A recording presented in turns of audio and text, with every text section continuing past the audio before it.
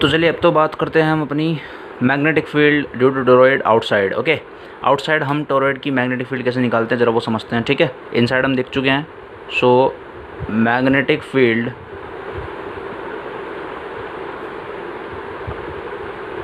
Outside, ठीक है, the toroid, outside the toroid. Inside में आपको पढ़ा चुका हूँ, ठीक है, अभी लेक्चर में पढ़ाया है, तो अब पढ़ाने वाला हूँ magnetic field outside the toroid. ठीक है, तो चलिए ज़रा समझते हैं इसको कैसे निकालेंगे।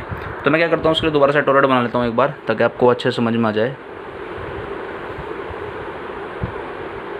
तो ये मेरा यहाँ पर टोरॉइड, ठीक है, ये टोरॉइड मेरा बन गया। ठीक है, डायग्राम इसका क्लियर बनाएं, ठीक है, क्योंकि कन्फ्यूज़न क्रिएट कर सकता है। ठीक है, तो उसको अच्छे से बनाना,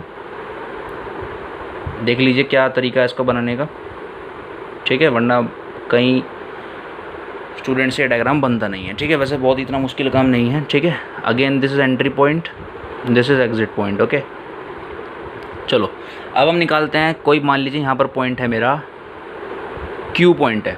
ठीक है, क्यू पॉइंट है यहाँ पर, अंदर हमने पी माना था, यहाँ पर हम मान लेते हैं क्यू। क्यू पॉइंट पर मेरे को क्या करना है, मैग्नेटिक फील्ड निकालनी है आउटसाइड। ठीक है, अब देखिए जरा इसमें हम कैसे करते हैं। तो सबसे पहले हमको पाथ क्लोज करना है, बिल्कुल क्लोज करना है। ठीक है, तो पाथ क्लोज करना है तो मैं क्या कर सकता हूँ, एक ऐसे क्लोज कर दूँ उसको।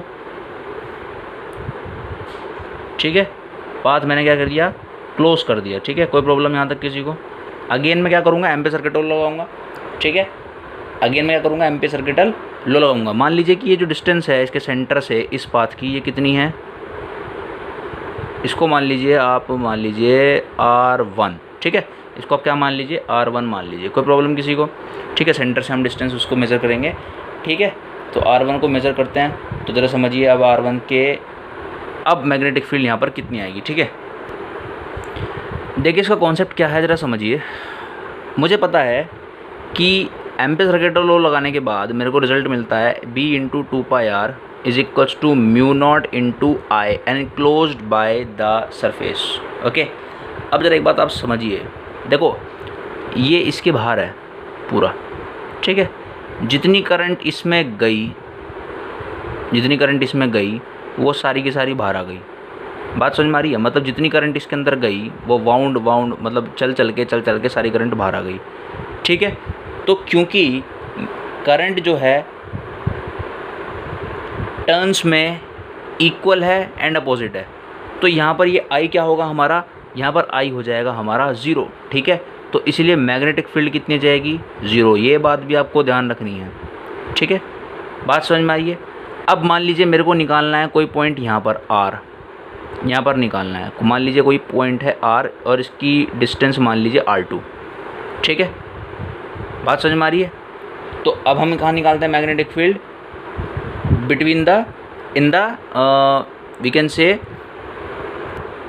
इन अ वैकेंट स्पेस। ठीक है, वैकेंट स्पेस। ठीक है, इस वैकेंट स्पेस में हमको मैग्नेटिक फील्ड निकालनी है। तो अगर मैं बात करूं कि at point R, at point R, ठीक है, एट पॉइंट R, ये कौन से पॉइंट पे निकाली है मैंने, एट पॉइंट Q।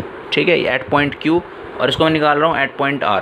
ठीक है, तो R पे निकालने के लिए अब आप मुझे बताइए, अब देखो इसको करने के लिए क्या करना पड़ेगा, इसको अगेन क्लोज करना पड़ेगा, इसको अगेन क्लोज करना पड़ेगा। अब आप मुझे बताइए क्या इस सर्कुलर पाथ में से कुछ करंट है क्या, सारी करंट बाहर है, सारी करंट बाहर है, लेकिन इसके अंदर तो कोई करंट नहीं है। तो अगेन मैग्नेटिक फील्ड कितनी जाएगी, 0 आ जाएगी। ठीक है, तो क्योंकि सिंस current enclosed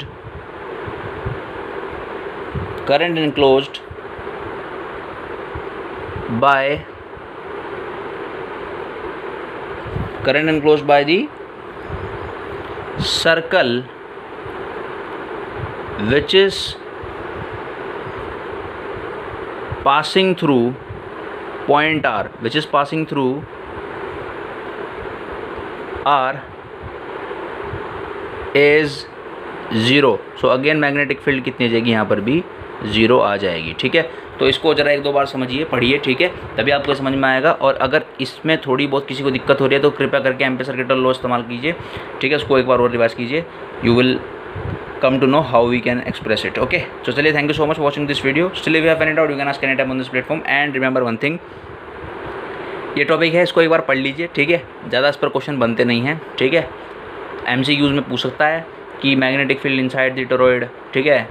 ग्राफ पूछ सकता है, जैसे आप अगर आप मान लो वो आपको बोले कि ग्राफ बना के दिखाओ, ठीक है, तो ग्राफ पूछ सकता है कि भाई B वर्सेस N का ग्राफ बताओ, B वर्सेस N का ग्राफ, तो B वर्सेस N का ग्राफ कितना है, कैसा आएगा, स्ट्रेट लाइन आ जाएगा, बिकॉज डायरेक्टली प्रोपोर्शनल है, ठीक है। बात समझ में आ रही है? देखो, हर चीज़ बताने की नहीं होती, कुछ चीज़ें अंडरस्टैंडिंग की भी हैं, ठीक है। तो उसका ग्राफ कैसा बनेगा, directly proportional, because B is directly proportional to N, so graph will be straight line. Okay, तो कुछ चीज़ें आपको अपने आप भी सोचनी पड़ेंगी, ऐसा नहीं है कि अगर मैंने कुछ चीज़ नहीं बताई तो आपको वो पता नहीं है, ठीक है। ग्राफ बनाना सबको आता है। चलिए ठीक है, thank you so much for watching this video.